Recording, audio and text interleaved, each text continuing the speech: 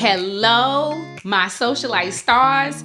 We are back with another episode, second episode, episode 2, navigating social media trauma. Now, if you watched the first episode, you know we talked about from likes to trauma. I told you all my story of how I went through social media trauma and cyberbullying, and unfortunately continue to do so. But before we get into this second episode, let me remind y'all of what is Socialite Stars. Who is Socialite Stars? Socialite Stars is a nonprofit organization, and we are here to educate and empower and enlighten people in the world about the negative effects of social media trauma and cyberbullying. We are here to let people know there is a healing process through social media trauma and cyberbullying. We are here to empower you through that social media trauma. We are here to give you the healing tools and the resources to help you through the process. So let's get into episode 2, navigating social media trauma. Again, if you remember episode 1, from likes to trauma, this is going to help us slide right in episode 2, which talks about navigating the social media trauma that we have went through. We all know the algorithm loves drama, and that is the thing about social media that gets under my skin. You can post 10 positive posts, and I'm talking about real positive posts, positive memes, positive videos. You may be talking about a positive experience you had today. You may be talking about a positive experience from last week, and it may only get maybe 50 likes, 100 views. But let you go on there and post a fight. Let you go on there and post a recording of somebody doing something crazy or somebody making a mistake. Let you post a recording of that. Let you post a video of somebody hollering and screaming at somebody at the grocery store. Oh, that'll get 3.2K views. That'll get over 10 shares. That'll get all this attention. And it's just unfortunate that the algorithm loves drama. But one thing about this nonprofit, Socialite Stars, we are here to change the system. And there's other positive influencers out there, other positive social media people in the world who are really about the positivity and are not about the negativity. Don't post negative videos. Don't post negative recordings. Don't go underneath somebody else's post with crazy comments and just belligerent foolishness. There are some creatives out there that are starting to get more well known, and they are starting to get more in the algorithm, which is wonderful, wonderful news. When we navigate this foolishness of social media trauma, and when we try to navigate through the cyberbullying, going into the first steps of our healing process, we have to learn to set boundaries, okay? So when you set boundaries, you limit the foolishness. And when I say boundaries, I'm talking about go in your settings, fix it so that only your followers or only people you follow can comment on a post, because Sister Girl had to do that. Fix it on certain social media platforms that you have to review or delete comments.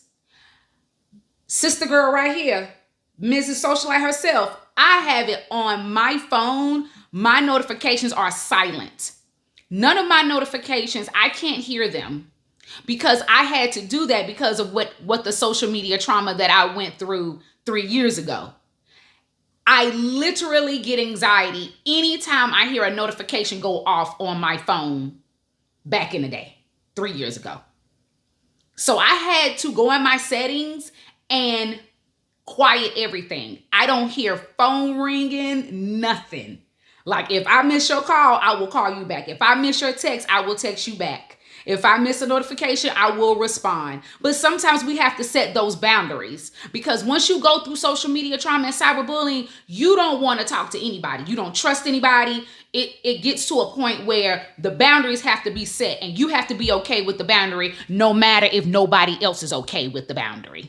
After you set those boundaries, another part of boundary setting is auditing your social media.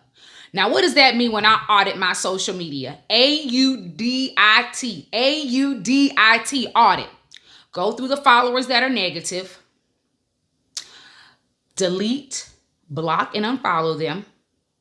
Make sure that your FYP includes people that are about positivity, maybe that are funny, maybe that'll get a smile on your face, put a smile on your face. Make sure that's coming up in your timeline. That's how you audit your social media.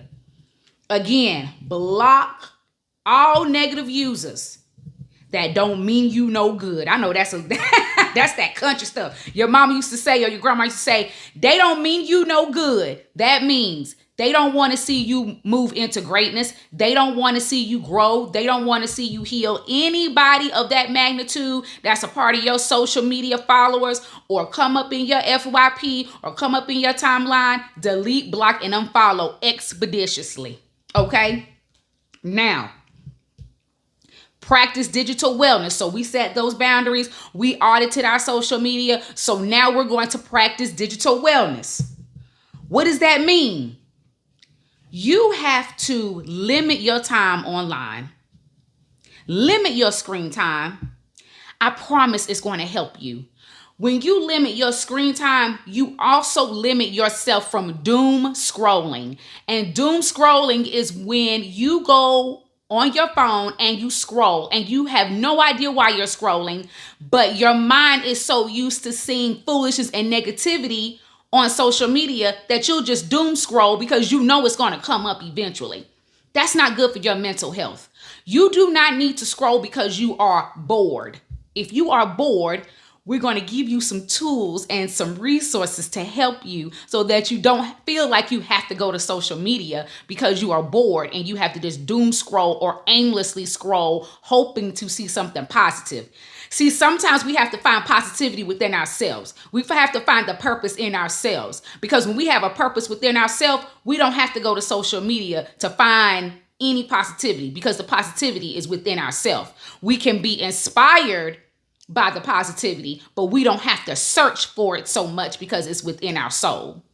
Another way that you can navigate social media trauma is finding a support group or groups that can relate to what you are going through. Again, there are people in the world that can relate to what you are going through. There are families who have had people commit suicide in their family because of social media trauma and cyberbullying. I encourage you to do your research. Find those support groups. They can help guide you through this. They can help you through the healing process. There's so many resources and so many things at our fingertips that can help guide us through social media trauma and cyberbullying. Another thing that you may have to do, you may have to stay off of social media for an extensive period of time. I'm not talking about a week or two. I'm talking about a month, 2 months, a digital detox, as some people call it, to clear your mind. And to help you understand that just because people talk about you on social media, just because they go under a post and say negative things about you, just because they have their opinions about you, you had a purpose in this world before they had an opinion. Okay? A narrative that is placed out here in the social media atmosphere does not determine how you are going to be for the rest of your life. One person posting a mistake that you made years ago does not define who you are in life. So I also want to encourage those navigating through social media trauma and cyberbullying to take a step back and understand that those people who do not have anything else better to do than to find you on social media and to go under your post and say negative things about you, that you need to know that those people do not have a heart. They do not show empathy. They do not understand empathy. And evidently, they may think they are perfect because they took the time to find you to talk about things that have nothing to do with them. Also, as you navigate through social media trauma and cyberbullying, understand that if someone has taken the time out of their busy day to talk about something negative about you or mistakes that you have made, then honey, you must be one powerful person, okay? Listen, I had to really encourage myself about that. If people really want to take the time to worry about things from way back in the day and to waste their time to talk to me or try to talk to me, because half of them couldn't even talk to me because I blocked so many people. I must be a powerful person.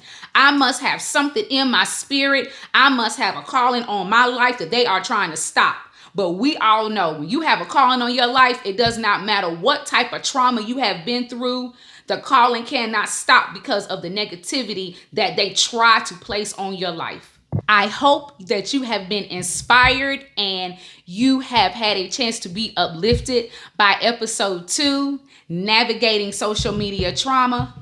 Make sure you all continue to shine and follow us on Facebook, Instagram, and TikTok at Socialite Stars. Make sure you drop a comment below. We would love to hear your stories. We would love to hear your positivity. Let us know your favorite part about this video and what you have taken from the video and what you have learned. Also, as we always do at the end of every episode, if you know someone that is dealing with social media trauma and cyberbullying, and it has led to mental health issues and substance abuse, you can dial 1-800-622-HELP.